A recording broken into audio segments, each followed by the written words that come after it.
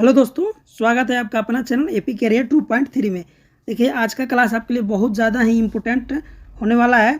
इसमें आप सीखिएगा प्राचीन इतिहास के बारे में, मध्यकालीन इतिहास के बारे में और आधुनिक मॉडर्न इतिहास के बारे में। कब क्या हुआ था, इस सब के बारे में मैं बताने वाला हूँ कि आपका प्राचीन इतिहास के समय में क्या क्या हुआ था, किस चीज़ का शोध हुआ था, किस चीज़ का नहीं हुआ था।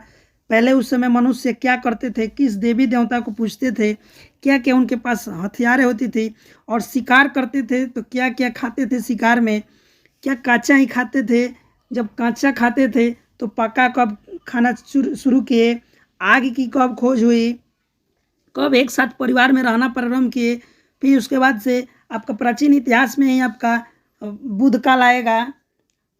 इसके बाद आप और भी इसके बारे में बताऊंगा। इसके बाद आप और आगे चलिएगा तो मध्यकालीन इतिहास में देखेंगे कि मध्यकालीन इतिहास में कौन से राजा का सबसे ज़्यादा वर्चस्व था।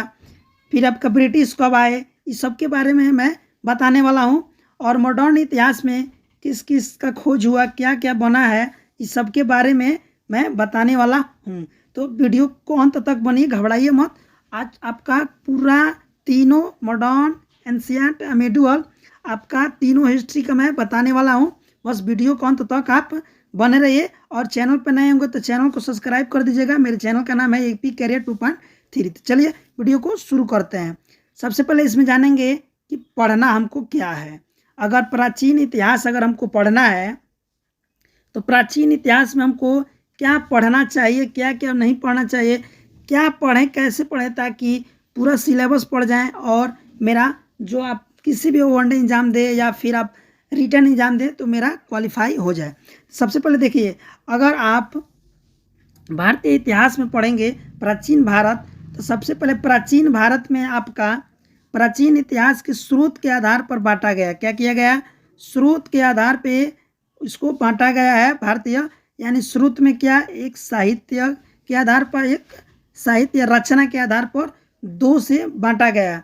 अब देखिए, साहित्य में आपका तीन है: ब्राह्मण साहित्य, ब्राह्मणोत्तर साहित्य और लौकिक साहित्य। दूसरा है आपका प्रमुख साहित्य रचना के आधार पे यूनान और रोम के लेखक के चीनी यात्रियों के विवरण पे और अरब यात्रियों के विवरण पे, ऐसे हो गया। इसके बाद से पुरातात्विक स्रोत के आधार पे, यानी कि अभिलेख के और सिक्के के आधार पर आप प्राचीन इतिहास के बारे में पढ़ेंगे। दूसरा है आपका प्राग ऐतिहासिक काल के दौरान तीन भागों में प्राग ऐतिहासिक काल को बांटा गया है: पूरा पाषाण काल, मध्य पाषाण काल और नव पाषाण काल।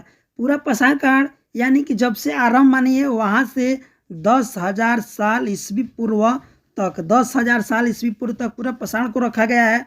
मध्य पाषाण को 10,000 के बाद 9,000 से 5,000 ईस्वी पूर्व, ठीक। उसके बाद से नव पाषाण काल को 7,000, सॉरी यहाँ पे 4,000 देना चाहिए, 4,000 से 1,000 साल ईस्वी पूर्व।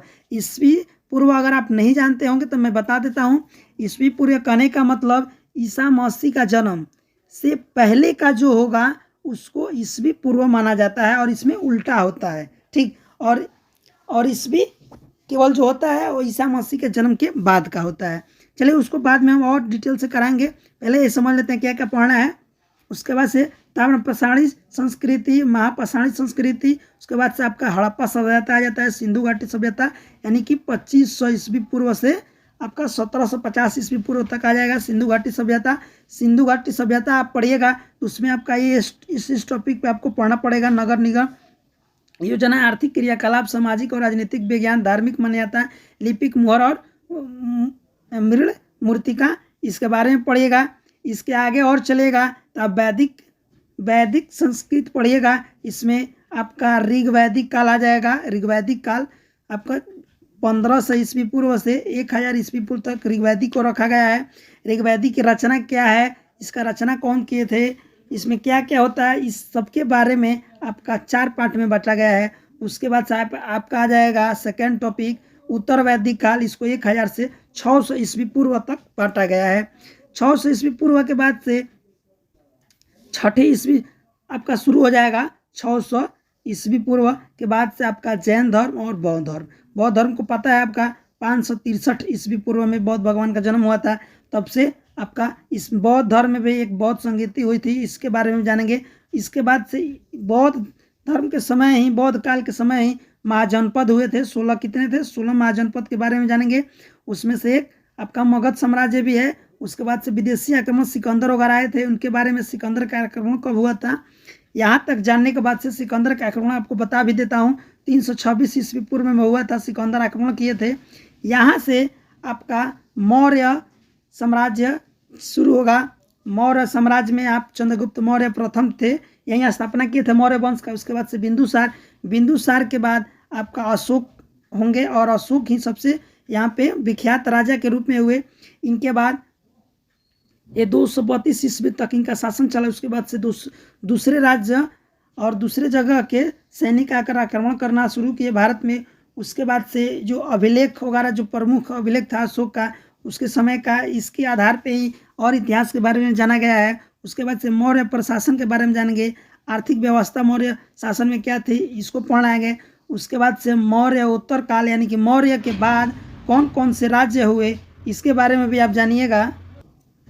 देखिए, मौर्य उत्तर काल में मौर्य का जब समाप्त हो गया शासन काल, उसके बाद से शुंग वंश आए। क्या हुए? शुंग वंश आए, शुंग वंश आए। उसके बाद से आंध्र सतवाहन आए, चेदी आए, विदेशी शासन शुरू हो गया यहाँ पे इंडिया में आना। उसके बाद से हिंदू यानी कि इंडो ग्रीफ आए, शक आए, पौड़वाड़ आए, कृष्ण आए।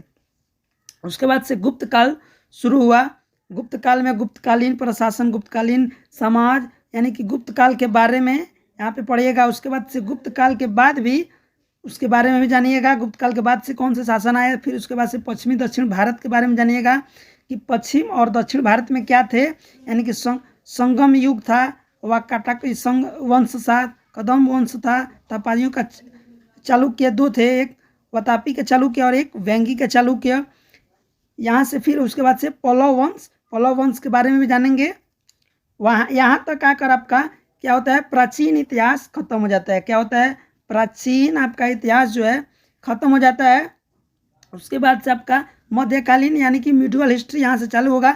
मिडुअल हिस्ट्री में सबसे पहले कौन से वंश आएंगे, इसके बारे में भी आप सब कुछ डिटेल्स में आपको बताएंगे। यानी पाल वंश, सेन वंश, कश्मीर के राजवंश, गुर्जर और प्रतिहार वंश, इस सारे जितने हैं ये सब के बारे में भी आप जानिएगा। इतने इतने को पढ़ा जाता है। चलिए बता देता हूँ, एक बार पढ़ देता है। जकार भुक्ति के चंगेल, गढ़हल वंश के, कनौज के, गुजरात के चालुक्य, मलवा के परमार, साकंभरिया, अजमेर के चौहान और दिल्ली के तोमर। उसके बाद से राष्ट्रकूट, राष्ट्रकूट के बाद से क्या आ जाएगा आपका उत्तरवर्ती चालुक्य यानी कल्याणी के चालुक्य।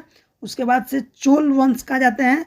चोल में उसके बारे में फिर जानिएगा। समकालीन अन्य राज्य उसके समय और कौन से राज्य थे, इसके बारे में जानिएगा। दिल्ली सल्तनत के बारे में जानिएगा। मध्यकालीन इतिहास में ही आपका अरबों से सिंधु का आक्रमण, उसके बाद से तुर्की का आक्रमण, मुहद्दन गजनवी का आक्रमण, सब जानिएगा। उसके बाद से दिल्ली सल्तनत में आपका गुलाम वंश सबसे पहले आया 1206 ईस्वी में। इसमें पहले जो रजिया सुल्तान है, भारत की पहली लेडीज यानी कि महिला के रूप में शासक बनी थी। इसके बाद से कुतुबुद्दीन ऐबक थे, इल्तुतमिश थे, इस सब के बारे में जानिएगा। यहाँ से आपका गुलाम वंश खत्म हो जाएगा। गुलाम वंश के बाद से आपका खिलजी वंश आएगा। क्या हो जाएगा? खिलजी वंश। खिलजी वंश के बाद से तुगलक वंश, तुगलक वंश के बाद सैयद वंश, सैयद के बाद लोधी वंश पढ़ा जाता है। उसके बाद से आपका दिल्ली सल्तनत के प्रशासन के बारे में जानिएगा। उसके बाद से क्षेत्रीय राज्य के बारे में जानिएगा। फिर विजयनगर साम्राज्य जो आपका साउथ का है, इसके बारे में जानिएगा, इस सब राज्य के है। उसके बाद से सूफी, इसके बाद से क्या क्या हुए, भक्ति आंदोलन जब शुरू हुआ मध्यकालीन में ही आपका क्या हुआ, भक्ति आंदोलन शुरू हुआ। शंकराचार्य थे, रामानुज थे, ये सब क्या थे उस समय के महासंत थे। ये सब कबीर वगैरह, गुरु नानक, इनको आप बहुत पहले से नाम सुनेंगे। इसके बारे में टोटल में डिटेल बताऊंगा। अगर आप चैनल पर नए हो तो चैनल को सब्सक्राइब कर दीजिएगा। अभी मैं इसको बस आपको बता दे रहा हूँ कि क्या क्या आपको पढ़ना है। उसके बाद से मुगल काल आ जाएगा। मुगल काल में आपका बाबर आ जाएंगे, हुमायूं, शेरशाह, अकबर, जहांगीर के बाद शाहजहाँ, औरंगजेब के समय के विद्रोह। उसके बाद से मुगल शासन की व्यवस्था, मनसबदारी, मुगल काल में आने वाले विदेशी यात्री कौन कौन थे मुगल काल में। उसके बाद मराठा आ जाएगा, शिवाजी, भोसले वगैरह सबका नाम आप सुने ही होंगे। उसके बाद सिकंदर सिख संप्रदाय के गुरु हो जाएंगे। उसके बाद से आपका मध्यकालीन पुस्तक, यहाँ से आपका मध्यकालीन खत्म हो जाएगा। इसके बाद से आपका मॉडर्न हिस्ट्री यानी कि मॉडर्न हिस्ट्री ऑफ इंडिया, आधुनिक भारत कब से शुरू होगा। आधुनिक भारत आपका 18वीं सदी में आ जाएगा। उत्तरवर्ती मुगल साम्राज्य जब यहाँ से खत्म होने वाले होंगे, वहीं से आपका आधुनिक भारत चालू होगा। ये सब अभी मुगल वंश के ही थे। मुगल वंश रहेंगे 18वीं सदी के बाद से। यहाँ से अब विदेशी आ जाएंगे, विदेशी लोग का इस सब पे राज हो जाएगा। बंगाल के नवाब, उसके बाद केरल राजपूत राज्य, बंगाल, मैसूर, सिख, ये सब आ जाएंगे। उसके बाद से मराठा वगैरह। इसके बाद से भारत में यूरोपीय वाणिज्य कंपनी के आगमन, यानी कि ये आपका 18वीं सदी में विदेशी लोग आ जाएंगे। पुर्तगाली सबसे पहले आएगा, डच आएगा, अंग्रेज, डेविस और फ्रांसीसी, ये सब आकर आपका राज्य करेंगे। कर्नाटक में विद्रोह करेंगे, बंगाल पर अंग्रेजों का अधिकार हो जाएगा। उसके बाद से धीरे धीरे क्या करेंगे, पूरे भारत को बंदी बना लेंगे।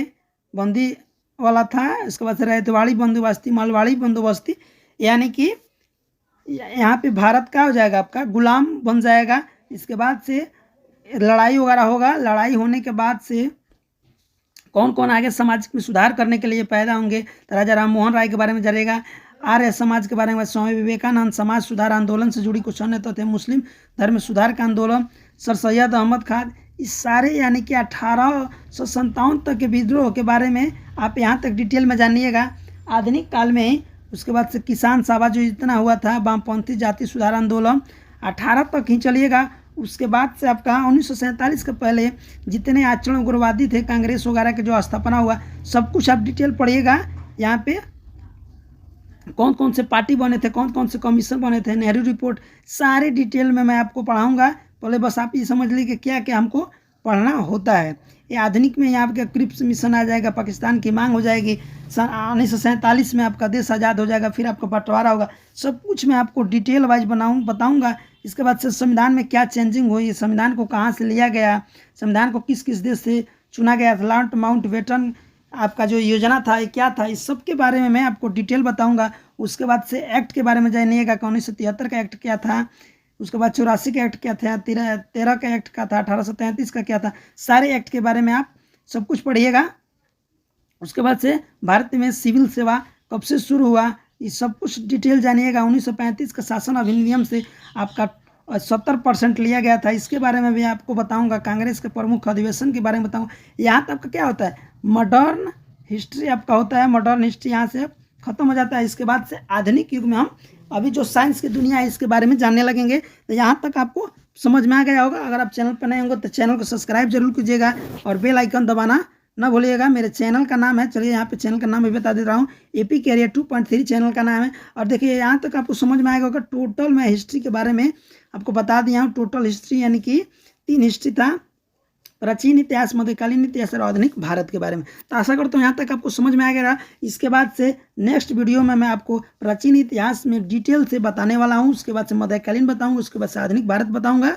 ठीक, तो आशा करता हूँ यहाँ तक आपको समझ में आ गया होगा। अगर समझ में आया होगा तो चैनल को सब्सक्राइब कीजिएगा, लाइक कीजिएगा और अपने दोस्तों के पास शेयर करना ना भूलिएगा।